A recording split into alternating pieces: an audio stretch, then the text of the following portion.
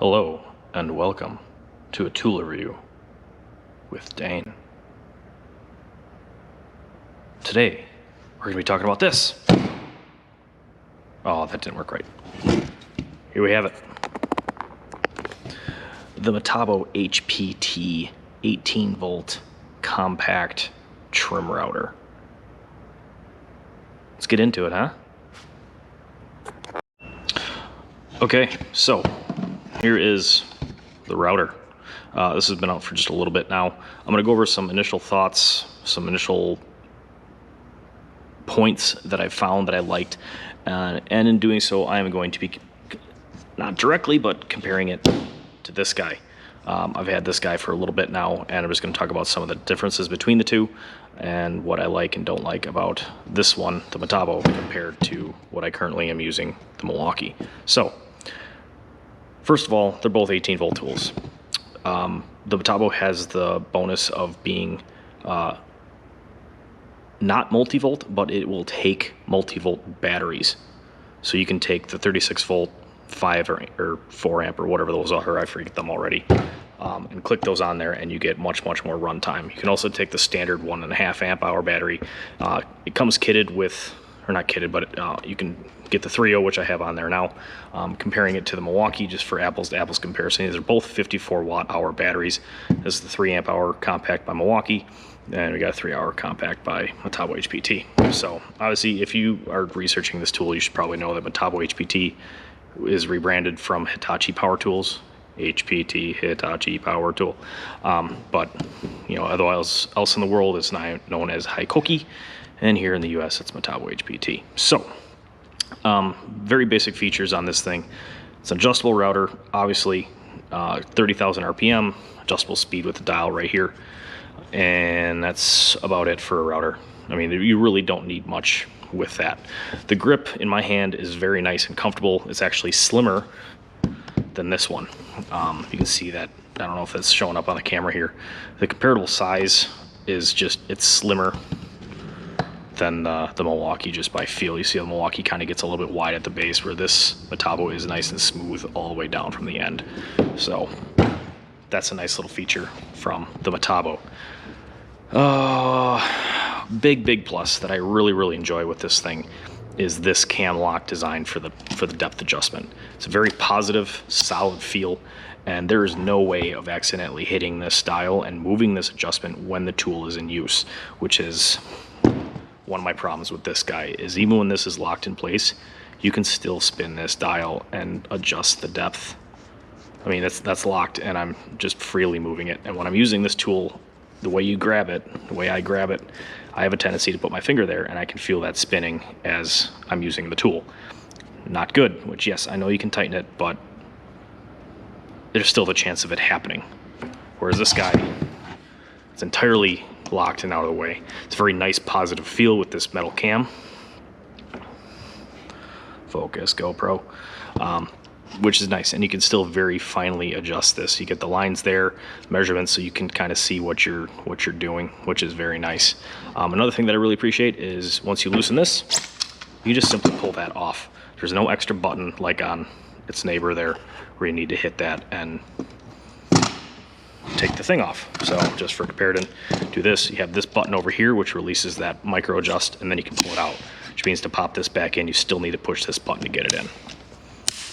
I do think that this is a finer adjustment of the micro adjust because you have some sort of idea as to what you're doing there, but they both adjust very similarly in their micro adjusting.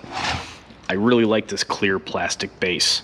It's very easy to see, and one of the huge advantages is that you can get a ton of light to come through. So let me just get this where it's got to go. There we go.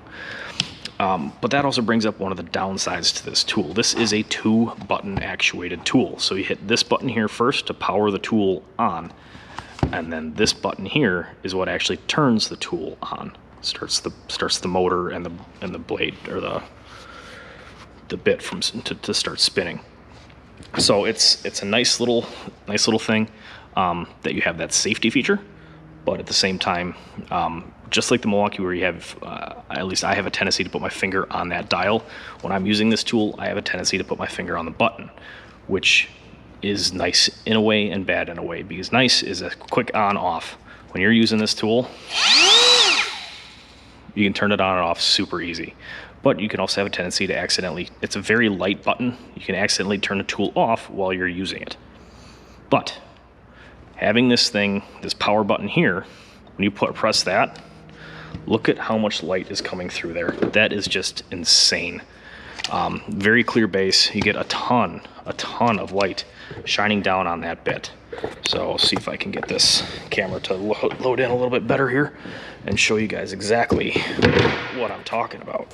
All right, so I got this piece of dark stained maple here that I'm going to use for some routing differences in a second here, but just so you see that lighting difference, that is clear as can be. Now, using the Milwaukee, I don't have a bit in it right now, but it's very dark in there. And you get, because of this dark plastic, the lighting just doesn't come through as good. It's still well lit, but it's just better on the Metabo because of how clear that is. It's really, really nice, really, really clean. I like it. Now, back to the review. This is the Dewalt Flex Volt Extractor. Hold on, let me get this adapter off here. Oh my goodness, I am not prepared for this video. Who hit record?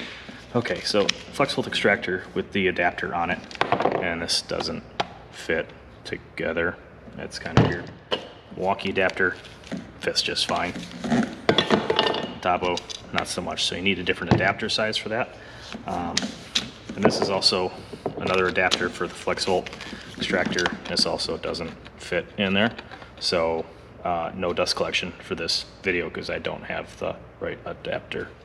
So one of the other negatives that I'm not sure on, and I haven't fully tested this yet, it's just something that I have observed, is when you have the dust shroud on, which is very nicely built, you have this little thumb screw right here to tie it, adjust it and put it on and off, is when you have this, at least for this 5/8 or whatever it is, OG bit I have on there right now, when you have that down and adjusted where it needs to go, can you see that screw right there?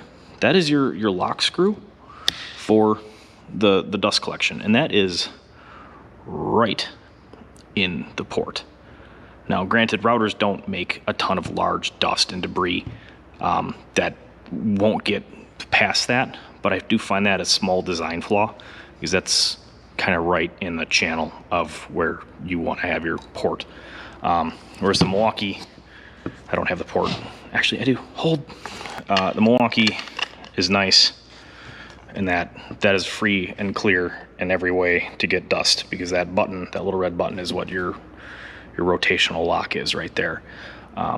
So it's, and this is kind of dirty now that I look at it. This isn't nowhere near as clean as it should be. I mean, I've used this router more, so that could be the reason. But either way, it's just an observation. So, okay, so 2-button activation, power on, power on.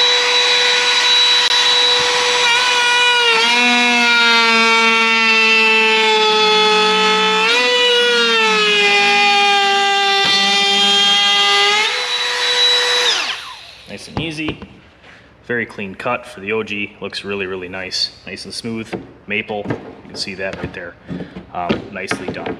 Now we can do it in some treated, and you can see the power in the treated as well. Make sure focus. Yeah, we're there. Same bit, same battery, 2-button activation.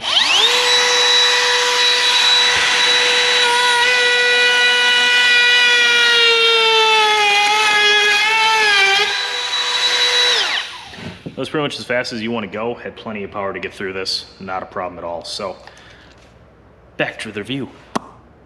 I've used it. I like it. It's very smooth. It's very compact. It's got a good amount of power. I do feel like Milwaukee is slightly more powerful. Not that that really has an effect on the tool, because these are trim routers. You're not needing multiple horsepowers to do the things with these. These are trim routers. They're for your smaller bits, your 1/4-inch bits. Nothing too major. You're not going to go and take a 1/2-inch data or lap out with that stuff. It just doesn't make sense. You're going to get a bigger router for that. Speaking of bigger routers, this router does come with a 3/8 collet. So you can fit 1/4 and 3/8. It's in my little bag here that I forgot to show you. But it's nice that they give you that option with the 3/8 collet. I don't see 3/8 collet bits very often at all, so it's a nice feature. I don't need a use for it, but some of you watching this might. Speaking of you watching this, if you like what you've seen so far, please like, subscribe, hit the bell, do all those things. Helps me out, and that way you can, not miss things when I upload them. Yeah. Okay, moving on. Accessories included with this. You get this nice little thumb screw right here. Which is a nice positive feel. You get your edge guide right here, which comes with a tool. It's very nice built. It has the 2 screws or holes here, so you can screw a piece of wood to it for doing kind of that edge, getting to the edge of the material. And you can put a piece of wood here so you're not falling into there and getting an uneven router bit line. I don't know. There's a lot of height adjustment with this, which is very nice. But if you're using it for your edge guiding or whatever, you're going to pretty much have it down clear of the base, which is nice. But I would have liked to have seen a thumb screw, or sorry, a wing nut here, because when this is on there, these little knurls, they're actually kind of hard to get to. It's not terrible, but it's very easy to over tighten that, and then because you don't have as much room to maneuver, it can be hard to actually loosen that. But you get used to it as you use it. And then I forgot to pull it out. Where is it? It's right here. It's in my box of goodies. We also have a nice little edge roller guide. So if you want to do like a rabbet joint or something like that, you can pop this on there, goes into the same spot, and then you have a nice bearing to roll on for your rabbeting or something else that you might need that for. So, and then you have a template guide, which you have to remove the base for, screw it in with 2 little screws. You can see those 2 screw holes here, and that screws in from the underside. But to properly do that, it's kind of a pain because this obviously won't fit under the bit.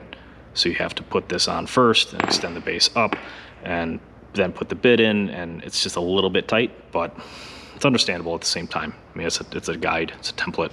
You're not going to use it all the time. Unless, of course, you are for a jig of sorts or whatever. So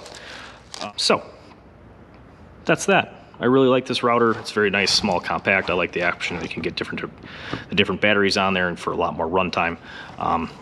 It's very compact, very smooth. It's got the quick break. It's a good little tool. So if you're on the HPT platform already, go ahead and pick one up. You won't be disappointed, because they have their new plunge style 1/2-inch cordless router for some of those bigger applications, which I have used, and it's a really nice router. Actually, that is a really nice router.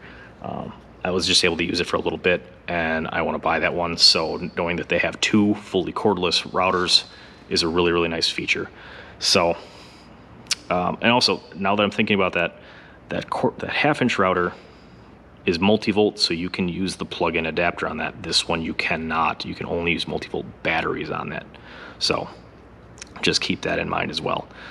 All right, that's that. Thank you guys, appreciate it.